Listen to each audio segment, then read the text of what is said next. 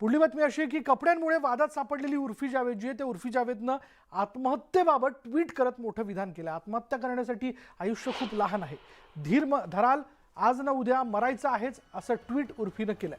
तिच्या या नव्या ट्विटमुळे उलटसुलट चर्चा सुरू झाली आहे. सार्वजनिक जीवनात वावरताना उत्तेजित करणारे कपडे घालणं चुकीचंच आहे, असं म्हणत अभिनेता आणि ब्रँड गुरु भरत दाभोळकर यांनी भाजप महिला मोर्चा अध्यक्षा चित्रा वाघ यांच्या भूमिकेला समर्थन व्यक्त केलेलं आहे. आपल्याला व्यावसायिक आणि सामाजिक जीवनामध्ये फरक करता आला पाहिजे, असा सल्लाही त्यांनी उर्फी जावेदला दिला. माझं म्हणणं तिच्याशी सहमत आहे मी. माझं म्हणणं की आपण जेव्हा फिल्म लाईनमध्ये असतो, प्रोफेशनली आपल्याला कपडे घालावे लागतात, ते त्यांच्या नीडप्रमाणे घालावे लागतात. पण आपण जेव्हा समाजात वावरतो तेव्हा फक्त आपण आपल्या स्तरातल्या माणसांना भेटत नाही, आपण इतर लोकांनाही भेटतो की जे आपल्या लेवलची माणसं नसतील, ज्यांचं ज्ञान एवढं आपल्या एवढं नसेल. आणि ह्या लोकांसमोर जाणं, उत्तेजित करणारे कपडे घालून फिरणं हे मला वाटत नाही की आपल्या संस्कृतीला धरून आहे आणि असं करण्याची गरजही आहे. तुम्ही सिनेमात असे कपडे घाला, तुम्ही मॉडेलिंग करताना असे कपडे घाला, तुम्ही बाहेर फिरताना रस्त्यावर असे कपडे घालून फिरण्याची गरज नसेल. तर मला नेहमी वाटतं की तुम्ही एक डिवाईड ठेवावा की हे माझं प्रोफेशनल लाईफ आहे, हे माझं पर्सनल लाईफ आहे, आणि त्यात तुम्ही नेहमी फरक करावा. यानंतरची पुढली बातमी अशी आहे की महिलेचा घरात घुसून विनयभंग करणारा एसीपी विशाल ढुमे विरोधात आमदार खासदार मैदानात उतरलेत. आमदार प्रदीप जयस्वाल यांच्यानंतर खासदार इम्तियाज जलील यांनीही संबंधित पीडित कुटुंबाची भेट घेतली. संतापलेल्या खासदार जलील यांनी पोलीस खात्याला जबाबदार धरले. दोषी एसीपी ढुमेला बुधवारपर्यंत निलंबित न केल्यास शुक्रवारी जनता रस्त्यावर उतरेल, असा इशारा जलील यांनी दिला.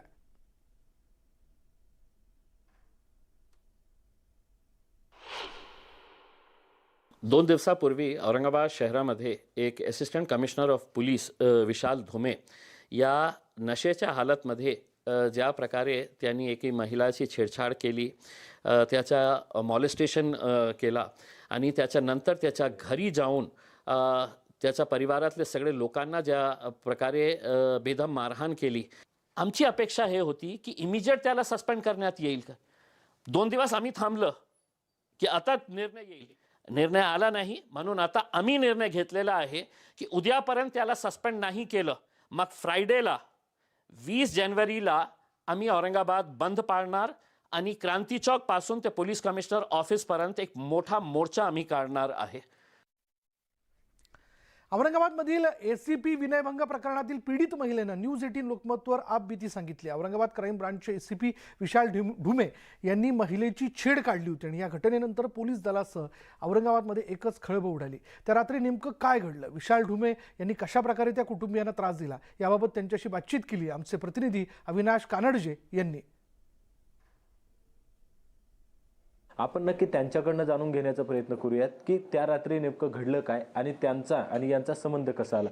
काय सांगाल तुम्ही, त्यांचा आणि तुमचा संबंध कशा पद्धतीने आला आणि ते घरापर्यंत कसे आले? ती व्यक्ती माझी कुठल्याही पद्धतीची ओळखीची नसून, माझा यापूर्वीचा कुठलाही तिळमात्र संबंध नसून, त्या दिवशी मला ज्या हॉटेलमध्ये मी माझ्या परिवारासह जेवायला गेलो होतो, तिथे पहिल्यांदाच माझी त्यांची भेट झाली. त्यानंतर आमची त्यांच्या संबंधित एका विषयावरती चर्चा झाली. चर्चा आटोपून मी माझ्या परिवारासोबत घरी परतत असताना माझ्या गाडीमध्ये ते येऊन बसले आणि मला त्यांनी त्यांच्या पोलीस मुख्यालयात सोडण्यासाठी सांगितलं. म्हणून मी त्या गाडीत बसवलं. त्यानंतर गाडीत पोलीस मुख्यालयाकडे वळवली. त्यानंतर त्यांनी मला मुख्यालयातून तिकडे न जाता माझ्या घराकडे येऊन आपण पहिले तुमच्या पत्नीला सोडूया असे सांगितले. त्यामुळे मी गाडी घराच्या खाली आणली माझ्या. तिथे माझी पत्नी उतरून माझ्या घरामध्ये वरती जात असताना ते लगेच तिचा पाठलाग करत घरामध्ये शिरण्याचा प्रयत्न केला आणि घरामधील मी त्यांना अडवणूक केल्यानंतर मलासुद्धा मारहाण केली. माझ्या संबंधित मला वाचवण्यासाठी माझे शेजारी जेव्हा घरामध्ये आले त्यांनासुद्धा मारहाण केली. मी उतरायला लागले तर गाडीतून त्यांनी तेव्हाही तेच केलं की मी घेतो वगैरे असं, तिथेही त्यांनी तसंच प्रयत्न केला. त्यानंतर मी वरती आले, मुलीला घेऊन माझ्या घरात आले. घरात आल्यानंतर मग ते गॅलरीतून वगैरे मी त्यांचं शब्द ऐकले की मला वॉशरूम यूज करायचं आहे आणि तुमचं पर्सनल वॉशरूम यूज करायचं आहे तुमच्या रूमचं. तर ते आमच्या वरती चढून देखील आले, घराच्या प्रिमायसिसमध्ये वगैरे तिथे त्या परिसरामध्ये वरती चढून वगैरे आले. त्याच्यानंतर ते चढून आल्यानंतर ते माझ्या मिस्टरांनी त्यांना विनंती केली की तुम्ही खाली चला. त्यांना खाली घेऊन गेल्यानंतरही ते पुन्हा ते चढून येत होते. मी माझ्या घरच्या लोकांना उठवलं उठवल्यानंतर मग त्यांनी ते नातेवाईकांना वगैरे बोलवलं, तर ते त्यांनाही मारहाण वगैरे करायला लागले. आणि मारहाण वगैरे केल्यानंतर मग नंतर ती गाडी वगैरे आली आणि त्यांना घेऊन गेली.